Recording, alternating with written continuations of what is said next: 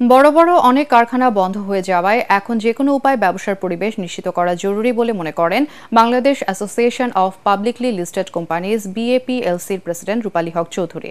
Capital market journalist forum আয়োজিত CMJF সংলাপে অংশ নিয়ে তিনি বলেন, বিগত সরকারের আমলে পুঁজিবাজারে তালিকাভুক্ত কোম্পানিগুলোর আর্থিক প্রতিবেদনে অনিয়মের দায় নিয়ন্ত্রক সংস্থাকে নিতে হবে।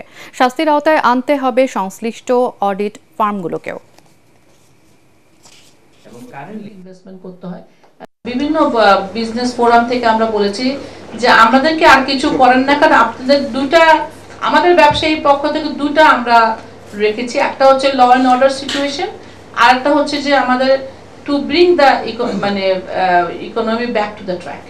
এটা আমরা বলেছি যে আপনারা ইকোনমিকে কোনো মতে ট্র্যাকে নিয়ে আসেন।